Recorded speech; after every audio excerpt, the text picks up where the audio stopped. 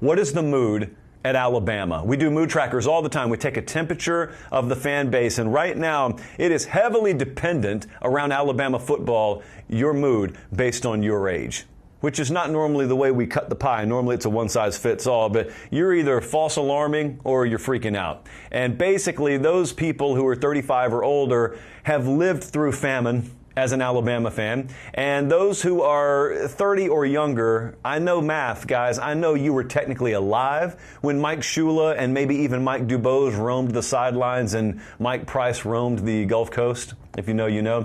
But you don't really know it because a child cannot really fully appreciate. If you don't have your driver's license yet, you can't fully appreciate the heartbreak that real, living, breathing adults who have financially and emotionally invested into something as serious as a college football program can experience. And so, you are a trust fund fan. You knew the Nick Saban era Alabama Crimson Tide. And you know what? Business was good for you. Life was good for you.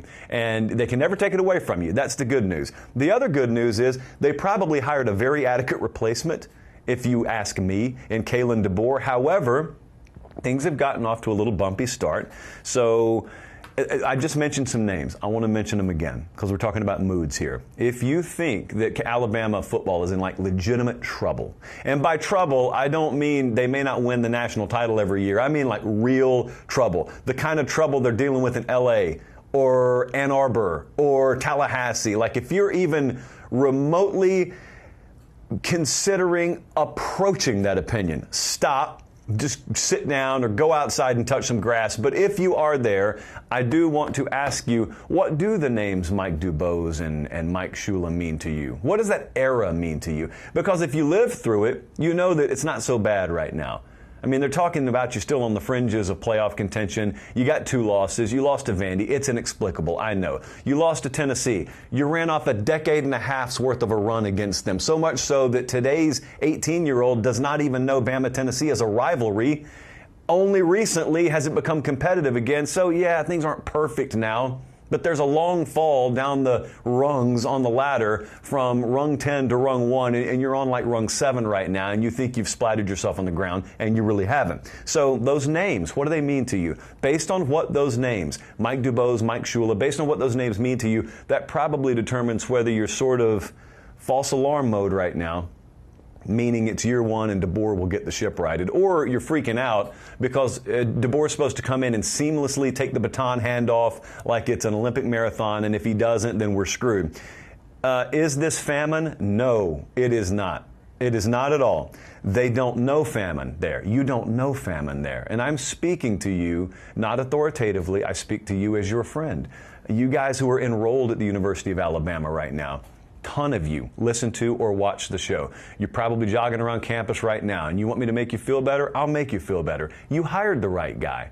You hired the right guy. Let me run some numbers by you right quick. So producer Jesse shoots me an email this morning. I said, give me some numbers.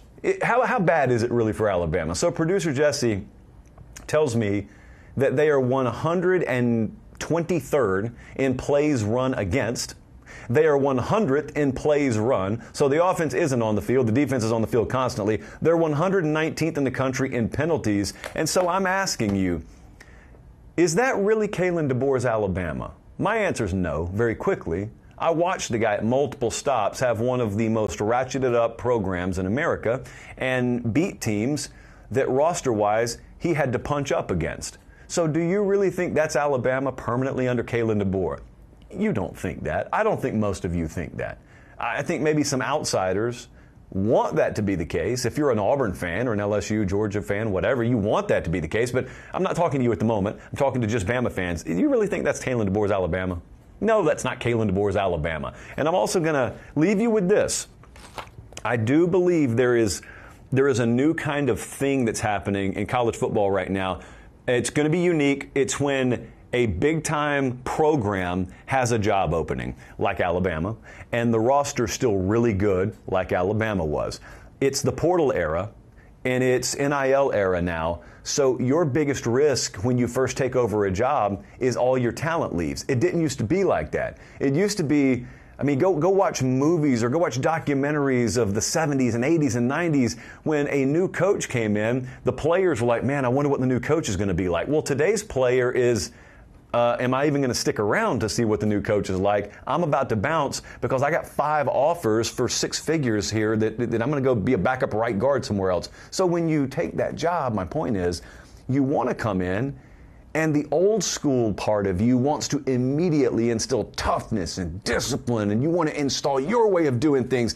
But the problem is, for kids with options who have the back door open right now, they could just leave. And, you know, if you go Junction Boys mode, to steal a phrase that Alabama fans will be familiar with, if you want to go full Bear Bryant Junction Boys vibe, okay, let them leave. Well, what happens? You're so beat to death that you can't even complete a season and you're sub 500. And you're not really ready for that. You can't do that at Alabama. And my point is, I think Kalen DeBoer and his staff understood we kind of got to handle this situation with kid gloves more than we probably want to throughout pre-spring and throughout spring, so that we make sure we have a team. Because guys, even now, they're a little suspect when it comes to quality depth. Even now they are. Can you imagine if they lost a few more players? So my point there is, it'll be all right. It may be all right this year. It'll definitely be all right in years to come.